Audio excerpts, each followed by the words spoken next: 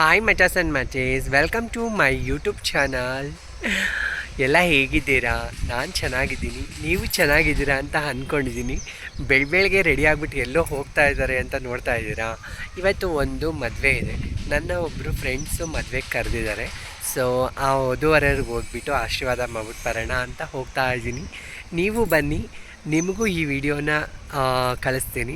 ದಯವಿಟ್ಟು ಆ ವಧುವರರಿಗೆ ಆಶೀರ್ವಾದ ಮಾಡಿ, ಅವರು 100 ಕಾಲ ಸುಖವಾಗಿ ಸಂತೋಷವಾಗಿರಲಿ ಅಂತ ನಿಮ್ಮ ಕಡೆಯಿಂದನೂ ಆಶಿಸಿ. ಓಕೆನಾ? ಮದುವೆ ಮನೇಲಿ ಹೇಗಿರುತ್ತೆ ಸಂಭ್ರಮ ಅಂದ್ಬಿಟ್ಟು ನಾನು ಚಿಕ್ಕದಾಗಿ ಒಂದು ವ್ಲಾಗ್ ಮಾಡ್ತಾಯಿದ್ದೀನಿ. So welcome to my YouTube channel. ಎಲ್ಲರೂ ಜಾಸ್ತಿ ಕೇಳ್ತಾ ಇರ್ತೀರಾ, ಏನಂತ ಹೇಳಿದ್ರೆ ಯಾವಾಗಲೂ ಇಷ್ಟೊಂದು ಗ್ಲೋ ಆಗಿ ಕಾಣಿಸ್ತೀರಾ, ಮತ್ತು ವೈಟಿಗಿದ್ದೀರಲ್ಲ, ಏನು ಕಾರಣ ಅಂತ. ಅದರಲ್ಲೂ ನನ್ನ ಡೈರೆಕ್ಟಾಗಿ ನೋಡಿರೋರಂತೂ ತುಂಬ ಚೆನ್ನಾಗಿ ಕೇಳ್ತಾರೆ. ಏನಂತ ಹೇಳಿದ್ರೆ ಇಷ್ಟೊಂದು ವೈಟ್ ಕಲರ್ ಆಗಿದ್ದೀರಾ, ಮತ್ತು ಏನು ಹಚ್ಚುತ್ತೀರಾ ಮಕ್ಕಕ್ಕೆ ಅಂತೆಲ್ಲ ಕೇಳ್ತಾರೆ. ಸೊ ನಾನು ಹಚ್ಚೋದು ಏನು ಅಂತ ಹೇಳಿದ್ರೆ ಯಾವುದೇ ಕಾರಣಕ್ಕೂ ಸೋಪ್ ಹಚ್ಚಲ್ಲ, ಮತ್ತು ಏನಂತೇಳಿ ಕಡಲೆ ಹಸಿಟ್ಟು ಮತ್ತು ಅರಿಶಿನ ಹೆಚ್ಚಿನದಾಗಿ ಹಚ್ಕೊತೀನಿ. ಸೊ ಅದರಿಂದ ಫೇಸ್ ಬ್ಯಾಕ್ ಮಾಡ್ಕೊಂಡು ಹಚ್ಚೋದ್ರಿಂದ ನನಗೆ ಸ್ವಲ್ಪ ಫೇಸು ಗ್ಲೋ ಆಗಿ ಕಾಣಿಸುತ್ತೆ ಮತ್ತು ವೈಟಾಗಿ ಕಾಣಿಸ್ತೀನಿ. ಇಷ್ಟೇ. ತುಂಬ ಜನ ಕೇಳ್ತಾನೆ ಇದ್ರಿ. ಸೊ ಇದಕ್ಕೆ ಸಂಬಂಧಪಟ್ಟಂಗೆ ಒಂದು ಲಾಗು ಇಲ್ಲಾಂದರೆ ಒಂದು ವೀಡಿಯೋಸ್ ಮಾಡ್ತೀನಿ. ತುಂಬ ಜನಕ್ಕೆ ಇಂಟ್ರೆಸ್ಟ್ ಇದೆ ಅಲ್ವಾ?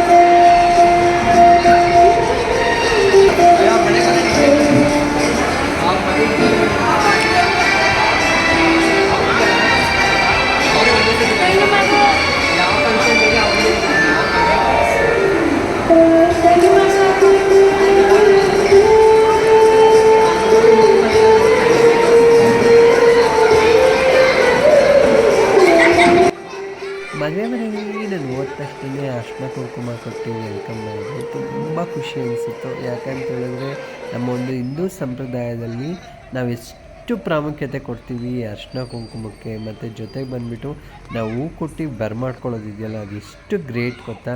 ಮತ್ತು ತುಂಬ ಚೆನ್ನಾಗಿ ಡೆಕೋರೇಷನ್ ಮಾಡಿದರು. ಚೌಟ್ರಿ ಎಲ್ಲ ತುಂಬ ಮಿಂಚ್ತಾಯಿತ್ತು. ತುಂಬ ಖುಷಿ ಅನಿಸುತ್ತೆ.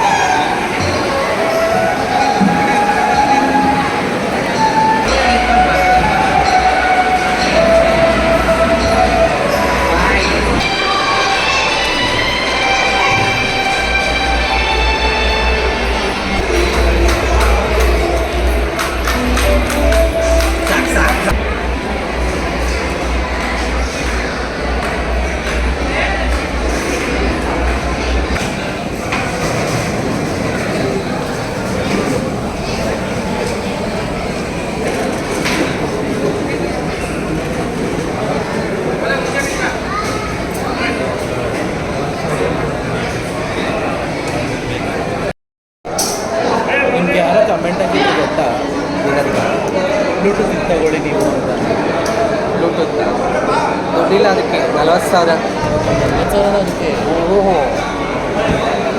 ಇನ್ನೇನಂತ ತಿಳ್ಕೊಂಡೆ ಅಲ್ಲಾಡ್ಸ್ಕೊಂಡು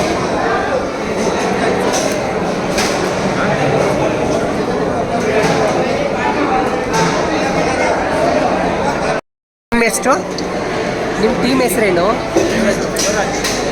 ದೇವರಾಜ್ ಟೀಮ್ ಅಂತ. ಹಾಯ್ ಮಾಡ್ಬಿಡಿ ಎಲ್ಲರೂ.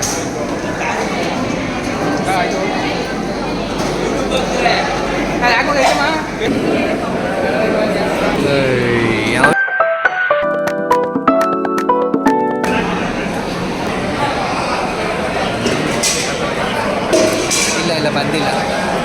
ನಿಮ್ಗೆ ಬರಲ್ಲ. ನಾನು ಅಲ್ಲಿ ಶೂಟ್ ಮಾಡ್ತಾರೆ, ಅವ್ರು ಬಡಿಸ್ತಾ ಇರ್ತಾರಲ್ಲ.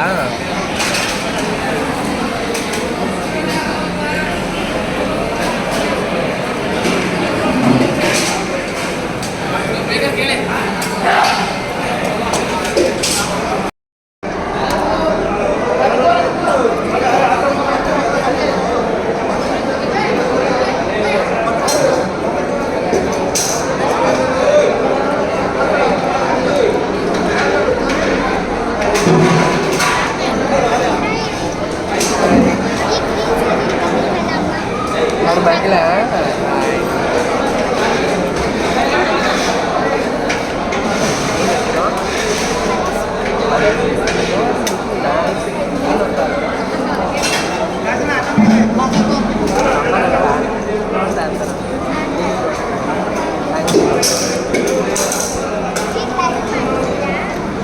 ನೀನು ಬಂದಿದ್ದೀಯ.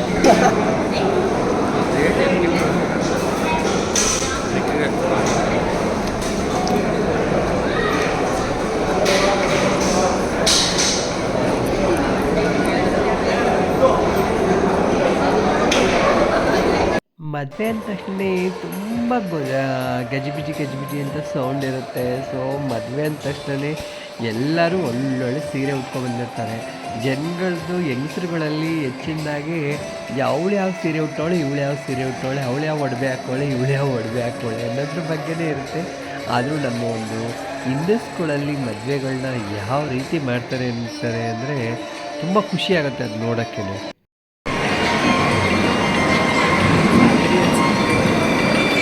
ಅಯ್ಯೋ ನಾನು ಕೊಟ್ಬಿಟ್ಟು ಓಡೋಗ್ತೀನಿ ಈಗ.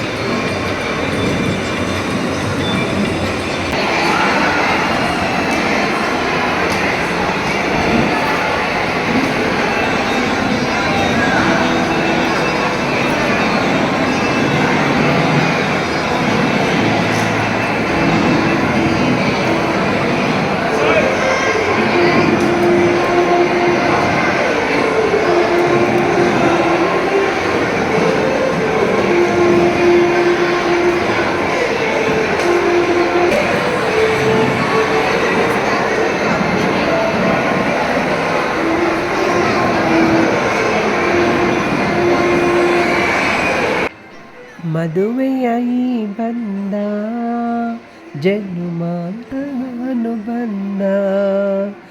ಏಳೇಳು ಜನುಮದಲು ತೀರದ ಸಂಬಂಧ ಅಲ್ವಾ. ಮದುವೆ ಅನ್ನೋದೇ ಒಂದು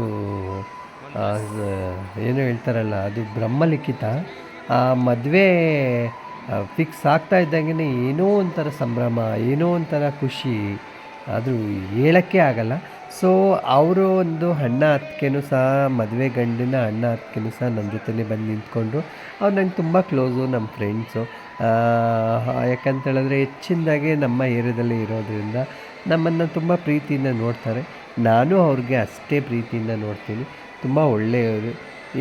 ಹೆಂಗೋ ಮದುವೆ ಆಯಿತು, ನಿಮ್ಮ ಕಡೆಯಿಂದನೂ ದಯವಿಟ್ಟು ವಿಶ್ ಮಾಡಿ ಅವ್ರಿಗೆಲ್ಲ ಕಂಗ್ರ್ಯಾಚುಲೇಷನ್ ಅಂತ ಒಂದೇ ಒಂದು ಕಮೆಂಟ್ ಹಾಕಿ ನಿಮ್ಮ ಕಡೆಯಿಂದ.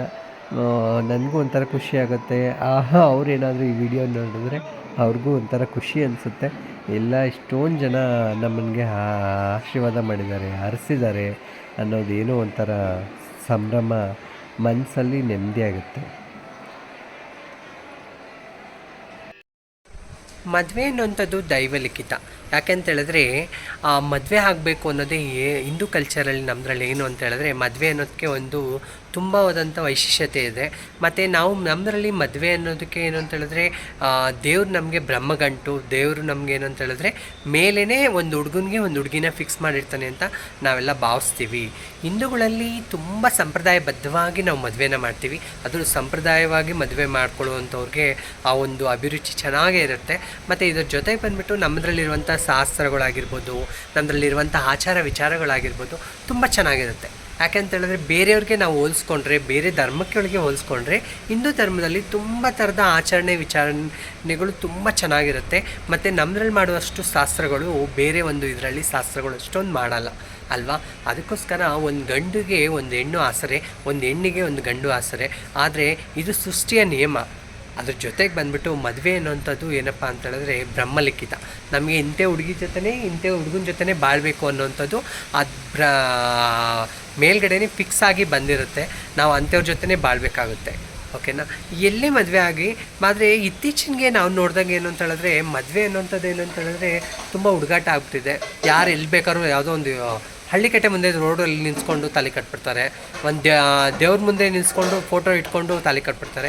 ನೋಡಿ, ಅದು ತಾಲಿ ಕಟ್ಬೋದು, ಆದರೆ ನಾವೊಂದು 10 ಜನ ಕರೆದು ಮದುವೆ ಆಗೋ ಉದ್ದೇಶ ಏನು ಗೊತ್ತಾ? ನಿಮಗೆ ಅವರು ಮದುವೆ ಆಗಿದೆ ಅನ್ನೋದಕ್ಕೆ ಒಂದು ಸಾಕ್ಷಿ, ಜೊತೆಗೆ ಬಂದುಬಿಟ್ಟು ಅವರ ಒಂದು ಆಶೀರ್ವಾದ ನಿಮಗೆ ಸಿಗಲಿ ಅನ್ನೋದು ಉದ್ದೇಶದಿಂದ ಎಲ್ಲರನ್ನೂ ಕರೆದು ಶಾಸ್ತ್ರೋಕ್ತವಾಗಿ ಮದುವೆ ಮಾಡುವಂಥದ್ದು. ಇದು ತುಂಬ ಒಳ್ಳೆಯದು.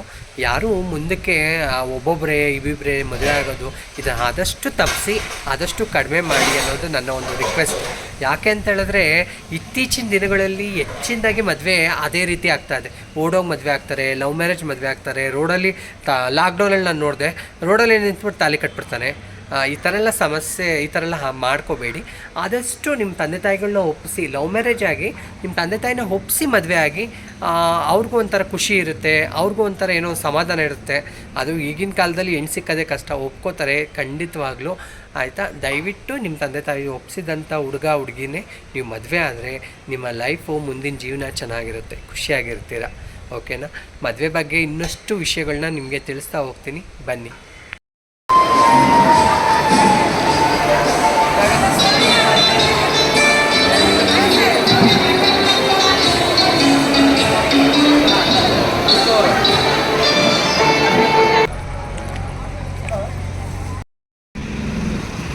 ಹಾಯ್, ಇಷ್ಟೊಂದು ಗಂಟೆ ನೋಡ್ತಾರಲ್ಲ, ಹೇಗಿತ್ತು ಮದುವೆ ಒಂದು ಸಂಭ್ರಮ. ಈ ಒಂದು ಸಂಭ್ರಮಕ್ಕೆ ನಿಮ್ಮನ್ನೆಲ್ಲ ಕರ್ಕೊಂಡು ಹೋಗಿದ್ದೆ. ಹೇಗೆ ಅನಿಸ್ತು? ಮತ್ತು ವಧುವರರಿಗೆ ದಯವಿಟ್ಟು ಆಶೀರ್ವಾದ ಮಾಡಿ, ಅವ್ರಿಗೇನು ಅಂತ ಹೇಳಿದ್ರೆ ಮದುವೆ ಲೈಫು ಆರಾಮಾಗಿರಲಿ. ಕಂಗ್ರ್ಯಾಚುಲೇಷನ್ ಹೇಳೋರು ಕಂಗ್ರ್ಯಾಚುಲೇಷನ್ಸ್ ಹೇಳಿ. ಈ ಒಂದು ಟ್ಯಾಗ್ನ ಮಿಸ್ ಮಾಡ್ದೇ ಕಮೆಂಟ್ ಮಾಡಿ. ಜೊತೆಗೆ ಬಂದುಬಿಟ್ಟು ಮುಂದಿನ ಲಾಗಲ್ಲಿ ತುಂಬ ಚೆನ್ನಾಗಿ ಒಳ್ಳೆ ಲಾಗ್ಗಳನ್ನ ಮಾಡ್ತೀನಿ.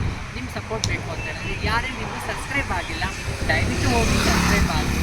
ಸಪೋರ್ಟ್ ಮಾಡೋರು ಎಲ್ಲರಿಗೂ ತುಂಬ ಹೃದಯದ ಧನ್ಯವಾದಗಳು ಹೇಳ್ತಾ ಹೋಗಿ ಬರ್ತೀನಿ. ಇವತ್ತಿನ ಲಾಗ್ನ ಮುಗಿಸ್ತಾ ಇದ್ದೀನಿ. ನಾಳೆ ಲಾಗಲ್ಲಿ ಹೊಸ ಇದನ್ನು ತಗೊಂಡು ಮುಂದಿನ ದಿನಗಳು ಬರ್ತೀನಿ. Take care, bye bye, love you.